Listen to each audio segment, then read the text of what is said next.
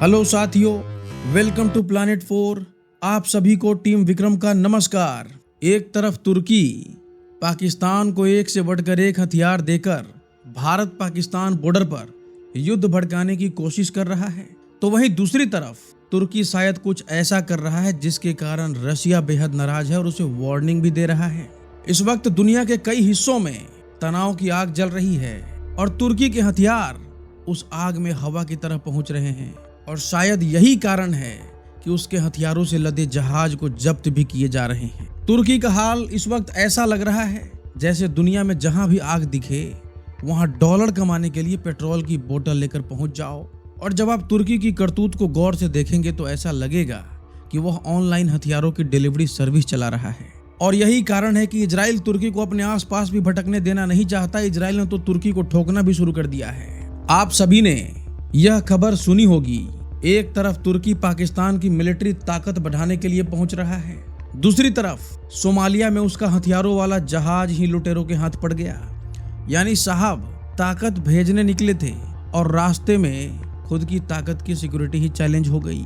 और अगर पाकिस्तान की बात करें तो पाकिस्तान अब सिर्फ हथियार खरीदने की कोशिश नहीं कर रहा, वह अपने आसपास पूरा मिलिट्री सपोर्ट नेटवर्क खड़ा करने की कोशिश कर रहा है। उसे चाइना टेक्नोलॉजी दे सकता है और दे भी रहा है, तुर्की ड्रोन दे रहा है। लेकिन असली सवाल यह है कि जब राफेल गरजेगा, ब्रह्मोस बरसेगा, उस स्थिति में पाकिस्तान अपने इन हथियारों को कितनी इफेक्टिवली इस्तेमाल कर पाएगा, यही तो बड़ा सवाल है।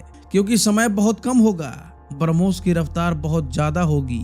तुर्की और चाइना दोनों मिलकर अपने पाकिस्तान नाम के बच्चे को ऐसे चादर उड़ा रहे हैं जैसे कड़कती ठंड में कहीं बच्चे को ठंड न लग जाए। और जरा तुर्की की हालत देखिए, पाकिस्तान में मिलिट्री सामान पहुंचाओ तो भारत टूरिज्म रोक देगा, सीरिया में इजराइल से टेंशन लो तो नाटो भी नहीं बचाएगा, उधर यूक्रेन वाले मामले में रशिया को अलग से जवाब भी देना है, और सोमालिया में पायरेट्स अलग से जहाज इसके उठा करके ले गए। यानी पाकिस्तान के साथ सैन्य गठबंधन करते ही अंकारा का फॉरेन पॉलिसी डिपार्टमेंट शायद अब छुट्टी मांग रहा होगा, क्योंकि प्रेशर बढ़ता जा रहा है। अगर आप ध्यान से देखेंगे तो तुर्की इस समय दुनिया का वो खिलाड़ी बन चुका है जो हर जियोपॉलिटिकल मैच में किसी न किसी टीम के साथ मैदान में दिखाई दे जाता है। यह दो नाटो जैसे सैन्य गठबंधन में शामिल हो गया है। यह साबित करता है कि यह अंदर से कितना डरा हुआ है। और सवाल भी यही है कि जब इजराइल हमला करेगा तब यह देखना दिलचस्प होगा कि ये दो नाटो जिस गठबंधन में यह शामिल हुआ है, क्या ये वास्तव में उसे बचा पाएंगे। क्योंकि इजराइल ने सीरिया में शायद तुर्की को एक बड़ा मैसेज डिलीवर कर दिया है, अगर तुम बेस बनाने की सोचे तो उससे पहले ही हम उस बेस का नक्शा ही बदल सकते हैं। और इस पर मैं आगे विस्तार से आऊंगा। अभी एक तरफ तुर्की कहता है इन्फ्लुएंस बढ़ाना है, लेकिन इजराइल कहता है सिक्योरिटी खतरे में नहीं आने देंगे हम अपनी। और दोनों की ये सोच अगर आमने सामने टकराई तो सीरिया फिर से जियोपॉलिटिकल रेसलिंग रिंग बन सकता है।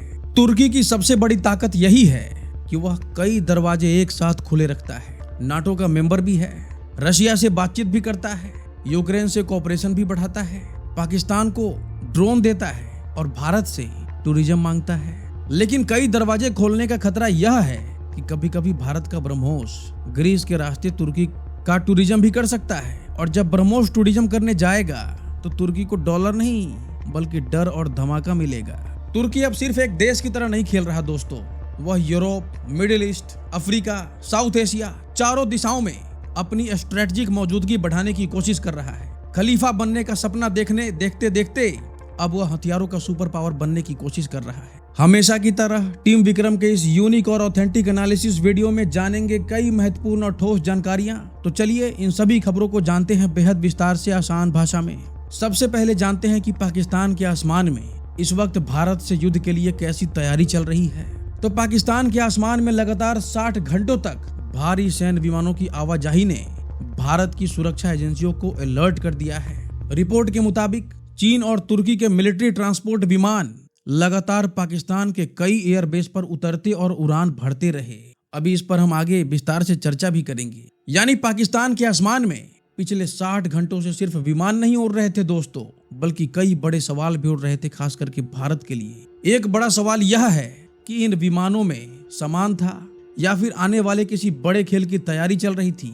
भारत के लिए टेंशन ये भी है क्योंकि चाइना और तुर्की के मिलिट्री एयरक्राफ्ट पाकिस्तान के लिए इस समय वैसे पहुंच रहे हैं जैसे किसी युद्ध से पहले सेना के पीछे लगातार सप्लाई ट्रक्स पहुंचते हैं। और अगर आप देखें तो पाकिस्तान का आसमान इस वक्त भारत के खिलाफ रीजनल जियोपॉलिटिक्स का खुला मंच बन गया है, जहां भारत के खिलाफ खड़े देश खुलेआम हथियार गिरा रहे हैं। अब सवाल सिर्फ इतना नहीं है कि विमान आए और चले गए, असली बात यह है कि आखिर इन विमानों के पेट में आखिर क्या छिपा था जिसने सनसनी बढ़ा दी है।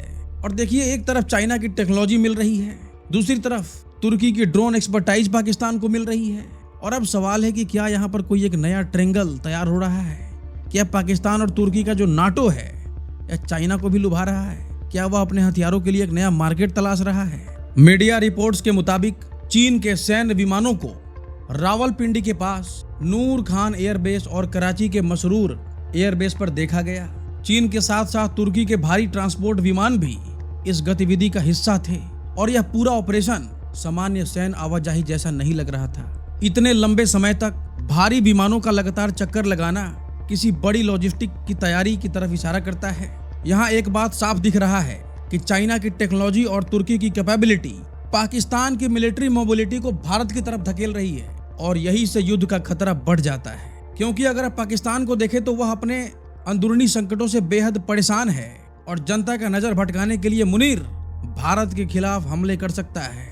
ऐसे में चाइना और तुर्की का खेल बेहद घातक हो सकता है। मीडिया रिपोर्ट्स में यह भी संभावनाएं जताई जा रही है कि इन विमानों के जरिए पाकिस्तान में ड्रोन और दूसरे सैन्य उपकरण पहुंचाए गए हो सकते हैं।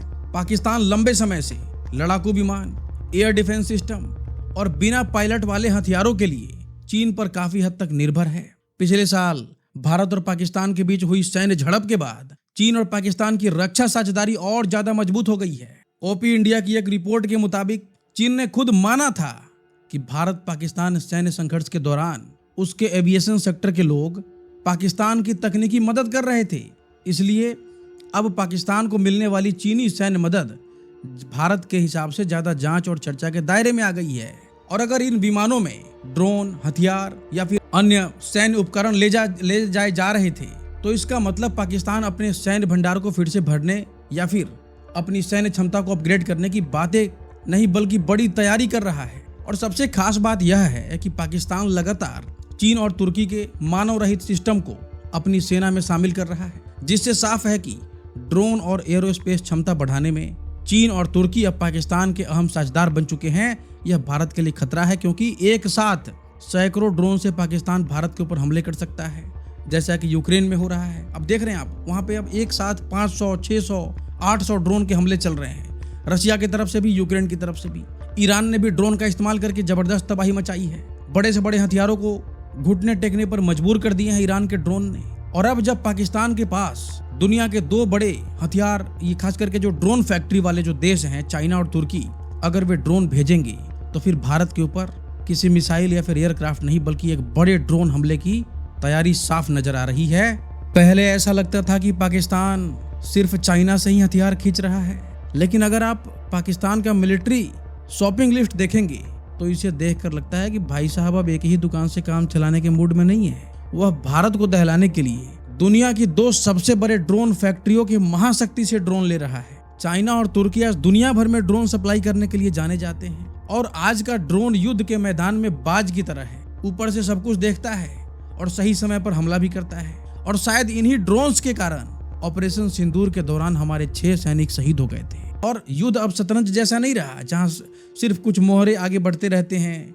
अब पूरा बोर्ड एक साथ जिंदा हो चुका है। आसमान में ड्रोन, जमीन पर मिसाइल और स्क्रीन पर रडार, हर चीज एक साथ लड़ती है। और पाकिस्तान को यह सारे सपोर्ट, यह सारी टेक्नोलॉजी तुर्की और चाइना दे रहे हैं ताकि युद्ध के समय उसका कोई भी कम्युनिकेशन या फिर कुछ भी ब्रेक ना हो जाए। क्योंकि अगर कम्युनिकेशन ब्रेक हो गया तो फिर कितना भी दमदार हथियार हो, उसकी ताकत सीधे आधा हो जाती है। और अब एक बड़ी संभावना चीन के एयर डिफेंस सिस्टम से भी जुड़ी है। कुछ रिपोर्ट के मुताबिक पिछले साल संघर्ष के दौरान पाकिस्तान का चीनी एयर डिफेंस सिस्टम SQ-9 भी निशाने पर आया था भारत के मिसाइलों के। इसके बाद पाकिस्तान ने चीन से नए एयर डिफेंस सिस्टम का ऑर्डर दिया था। ऐसे में यह कयास लगाए जा रहे हैं कि चीन शायद नई डिलीवरी लेकर के पाकिस्तान पहुंचा होगा, एयर डिफेंस सिस्टम का डिलीवरी लेकर पहुंचा होगा। और एयर डिफेंस सिस्टम किसी भी देश की आसमानी ढाल की तरह होता है। दुश्मन के आने से पहले ही खतरे को पहचानना उसकी सबसे पहली जिम्मेदारी होती है। और चाइना इसमें पाकिस्तान की मदद कर रहा है। और उधर अगर आप तुर्की की बात करें तो दोनों के बीच में पाकिस्तान और तुर्की के जो रिश्ते हैं खास करके हथियारों के मामले में लगातार बढ़ रहे हैं। अंकारा और इस्लामाबाद फाइटर जेट डेवलपमेंट के मामले में भी तेजी से करीब आ रहे हैं। तुर्की के अधिकारियों ने हाल ही में बताया था कि लगभग 200 पाकिस्तानी इंजीनियर और अधिकारी पहले से ही तुर्की के कान फाइटर जेट, जो 5वीं पीढ़ी की फाइटर जेट है, उस प्रोग्राम में शामिल हैं। अब सुनिए कि मक्का समझौते के बाद पाकिस्तान में कैसे बढ़ी है हलचल और तुर्की क्या कह रहा है। तो इस पूरे घटनाक्रम का समय बेहद अहम है जब पाकिस्तान के आसमान में हथियारों के बादल मंडरा रहे हैं। पाकिस्तान, तुर्की और सऊदी अरब के बीच 7 अगस्त को मक्का ज्वाइंट डिफेंस एग्रीमेंट पर हस्ताक्षर हुए थे और इस समझौते के तहत तीनों देशों में से किसी एक पर हथियारबंद हमला होने की स्थिति में उसे तीनों देशों पर हमला माना जाएगा।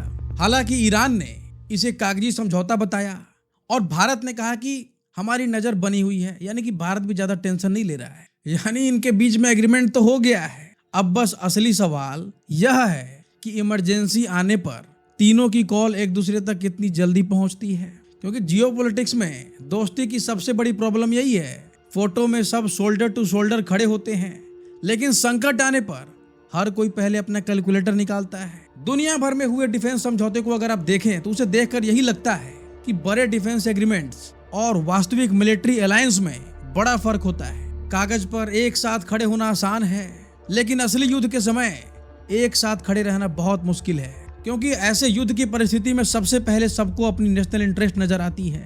और अब आगे सुनिए, तुर्की के राष्ट्रपति रेसेप तैयब अर्दोगान ने मक्का समझौते को नाटो के आर्टिकल 5 जैसा बताते हुए कहा कि एक देश पर हमला तीनों देशों पर हमला माना जाएगा। अब यहाँ पर अगर देखें तो आर्टिकल 5 जैसा शब्द सुनने में बड़ा बड़ा लगता है, बहुत ही सेफ और सिक्योर भी लगता है, लेकिन असली सवाल यह है कि अगर गोली चलेगी तो क्या तीनों देश वास्तव में एक साथ खड़े होंगे, या फिर जियोपॉलिटिक्स का पुराना नियम चलेगा, दोस्ती अपनी जगह और नेशनल इंटरेस्ट अपनी जगह। एर्दोगान ऐसी बातें करके अपने जनता को बताना चाह रहे हैं कि अब तो तुर्की की सुरक्षा में दो आर्टिकल 5 जैसा कवच लग चुका है। ऐसे में हमें अब जरा भी डरने की जरूरत नहीं है। खास करके इजरायली आक्रामक रवैयों को देखकर वह अपने जनता को आश्वासन दे रहे होंगे, लेकिन अंदर ही अंदर उन्हें यह महसूस हो रहा होगा कि कागज पर कलेक्टिव डिफेंस लिखना अलग बात है और बैटलफील्ड में कलेक्टिव एक्शन करना बिल्कुल ही एक अलग ही चैप्टर है। और अक्सर लोग कहते हैं कि कलेक्टिव डिफेंस का वादा एक छाते जैसा है। असली सवाल ये है कि तूफान आने पर क्या तीनों सचमुच एक ही छाते के नीचे खड़े रह पाएंगे, क्योंकि तूफान आने पर सबसे पहले छाता उड़ जाते हैं और तीनों अपने अपने घर में भागने को मजबूर भी हो सकते हैं। लेकिन देखिए, एर्दोगान के आर्टिकल 5 वाले बयान के कुछ समय बाद ही पाकिस्तान में चीन और तुर्की के भारी सैन्य विमानों की यह असामान्य गतिविधि सामने आई है और इस कारण अब भारत की नजर पाकिस्तान के आसमान पर और भी ज्यादा पैनी हो गई है। यानी मक्का में हुआ समझौता अभी स्याही से सूखा भी नहीं था कि पाकिस्तान के रनवे पर मिलिट्री एक्टिविटी ने भारत के लिए कई नए सवाल खड़े कर दिए हैं। और अगर चाइना की बात करें तो चाइना इस मक्का एग्रीमेंट का हिस्सा तो नहीं है, लेकिन पाकिस्तान की मिलिट्री सप्लाई चेन में चाइना की भूमिका पहले से बहुत बड़ी है। इसलिए चाइना के एयरक्राफ्ट की एक्टिविटी इस वाइडर स्ट्रेटेजिक पिक्चर को भारत के लिए और जटिल बनाती है। अब जान लेते हैं कि समुद्री लुटेरों ने तुर्की को कैसे दिया है बड़ा झटका। तो सोमालिया के समुद्र में एक ऐसा हाईजैक हुआ है जिसने तुर्की को भी अलर्ट कर दिया। समुद्री लुटेरों ने तुर्की के हथियार और सैन्य उपकरण ले जा रहे एक बड़े कार्गो जहाज को अगवा कर लिया और तुर्की ने शायद सोचा होगा कि हथियार भेज रहे हैं, कोई हमसे कैसे टकरा सकता है, रास्ते में बिना डरे समुद्र पार कर जाएंगे। लेकिन समुद्री लुटेरों ने कहा, भाई पहले हमारा कस्टम्स क्लियरेंस तो कराओ। और भारत के लिए हैरानी की बात यह है कि इस जहाज पर 10 लोगों का क्रू मौजूद था, जिनमें 6 भारतीय नागरिक भी शामिल हैं। यानी मामला सिर्फ हथियारों से भरे जहाज का नहीं है, भारतीयों की सुरक्षा भी अब बड़ी चिंता बन गई है। और यह खबर पढ़कर के ऐसे लगा जैसे समुद्र के बीच एक जहाज है, जहाज में हथियार और उस पर सवार 6 भारतीय हैं, और फिर अचानक समुद्री लुटेरों ने ऐसा हमला किया कि पूरी कहानी हाईजैक हो गई। आप सभी को पता चल गया होगा। रिपोर्ट के मुताबिक कैमरून के झंडे वाले MV लुतुफू नाम के इस जहाज को सोमालिया के तट के पास समुद्री लुटेरों ने अपने कब्जे में ले लिया। जिस समुद्र में तुर्की अपने सैन्य सामान पहुंचा रहा था, उसी समुद्र में लुटेरों ने पूरा खेल ही पलट दिया। अब सवाल है कि क्या इन लुटेरों के पीछे सिर्फ रैंसम की भूख थी या फिर किसी बड़े जियोपॉलिटिकल खेल की छाया भी मौजूद है। कई लोग यहाँ पर इंडिया और इजराइल का एंगल भी देख रहे हैं। और अब एक सवाल यह है कि आखिर तुर्की के इस जहाज में था क्या।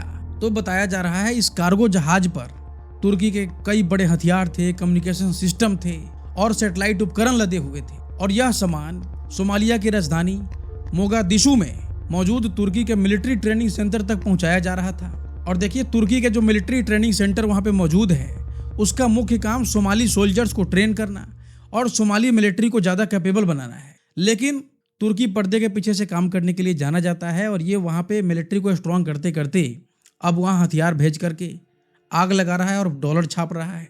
और सबसे बड़ी बात यह है कि सिर्फ 8 समुद्री लुटेरों ने तुर्की के इस पूरे हथियारों से भरे जहाज पर कब्जा कर लिया।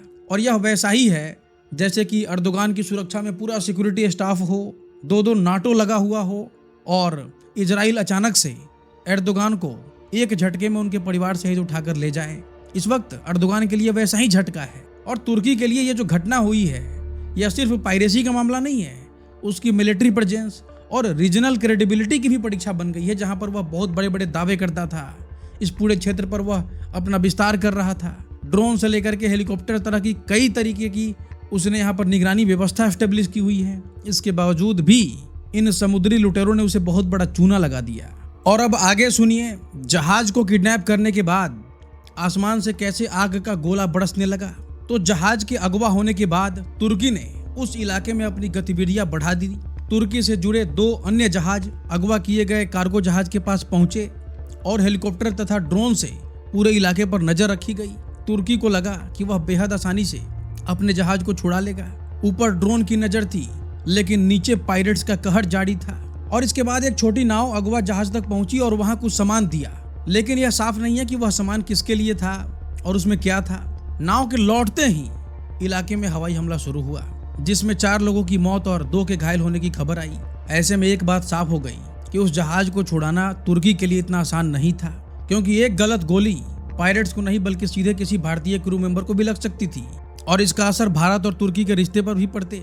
यानी समुद्र में हथियारों से भरा जहाज, आसमान में ड्रोन और हेलीकॉप्टर, आसपास युद्धपोत और बीच में फंसे 6 भारतीय।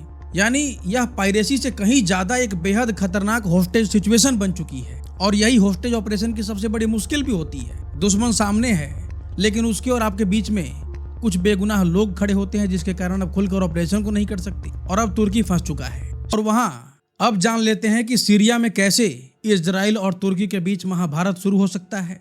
तो सीरिया इस समय इजराइल और तुर्की के बीच एक नए टकराव का मैदान बनता जा रहा है। बशर अल असद के जाने के बाद लग रहा था कि सब कुछ ठंडा हो गया, लेकिन तुर्की सीरिया की मौजूदा सरकार और उसकी सेना के साथ करीबी संबंध रखता है और वहां अपनी सैन्य मौजूदगी बढ़ाना चाहता है। इसी वजह से अबू दुहूर एयरबेस तुर्की के लिए महत्वपूर्ण हो सकता है।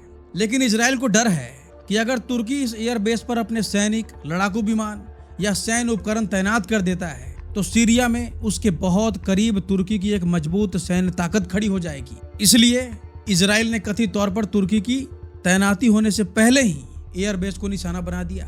अब यहाँ तुर्की ने शायद सोचा होगा सीरिया में एक और नया बेस बना लेते हैं, लेकिन इजराइल ने कहा भाई पहले पड़ोसी से पूछ भी तो लो।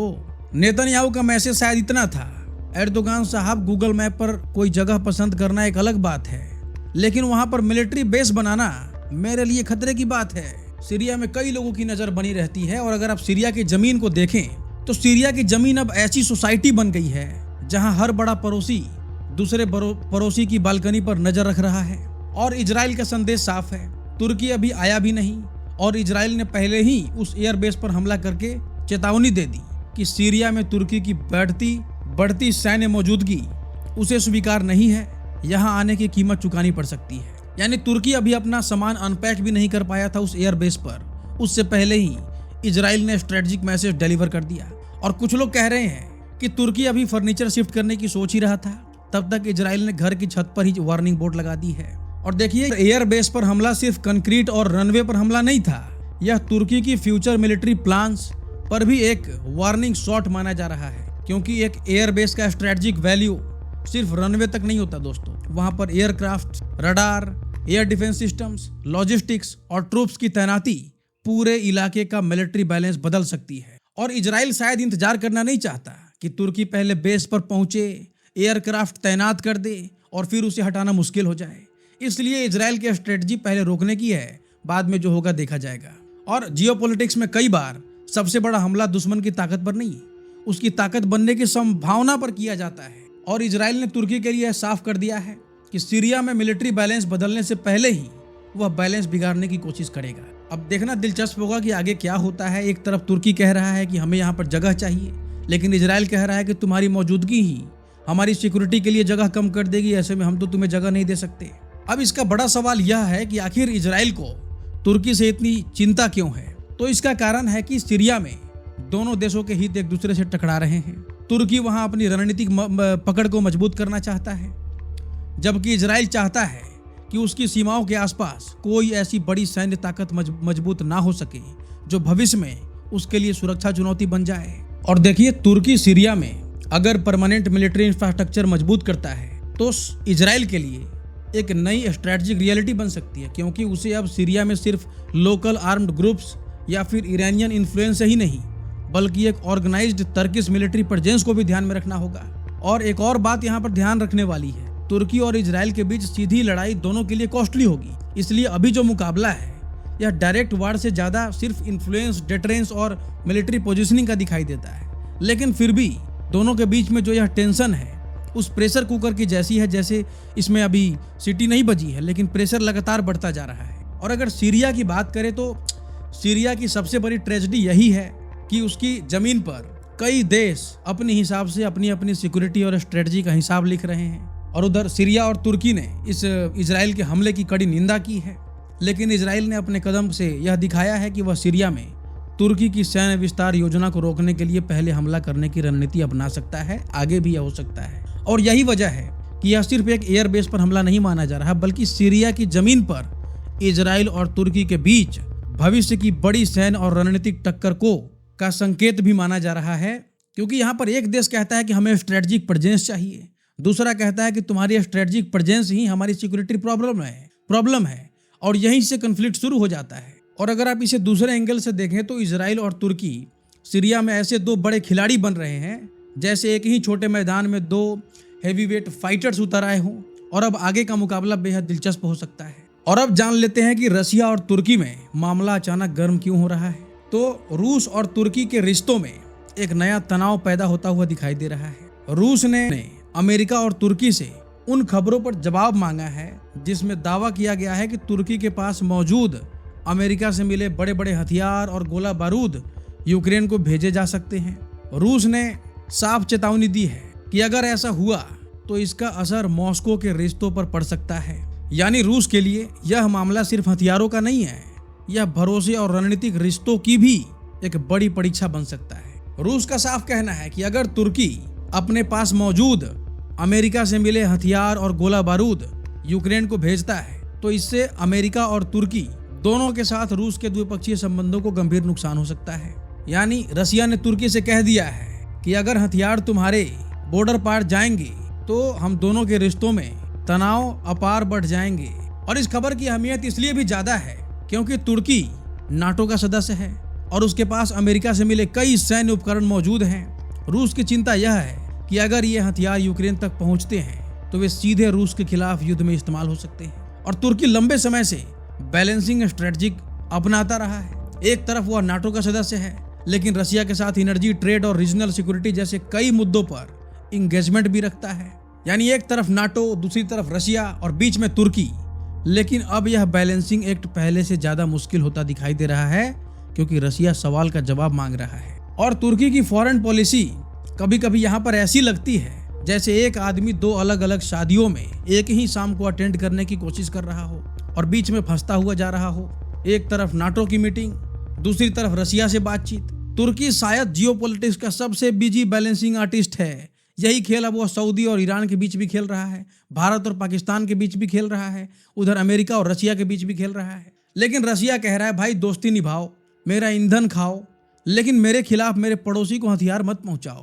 क्योंकि इसी बीच यूक्रेन ने रूस के अंदर दूर तक मौजूद जो उसके रणनीतिक और औद्योगिक ठिकाने हैं उस पर हमले तेज करने का दावा किया है। और उसके बाद तुर्की के हथियार और ड्रोन को लेकर रशिया में और भी बड़े सवाल उठ रहे हैं। आगे भी हम लोग तुर्की, रशिया, पाकिस्तान से जुड़े बड़े खबरों पर चर्चा करते रहेंगे। इस वीडियो में फिलहाल इतना ही। जाने से पहले इस वीडियो को लाइक करके चैनल को सब्सक्राइब कर ले ताकि हमारी नेक्स्ट वीडियो आप तक आसानी से पहुंचे। टीम विक्रम जल्द हाजिर होंगे एक और नई अपडेट के साथ। आपका दिन मंगलमय हो। धन्यवाद, नमस्कार।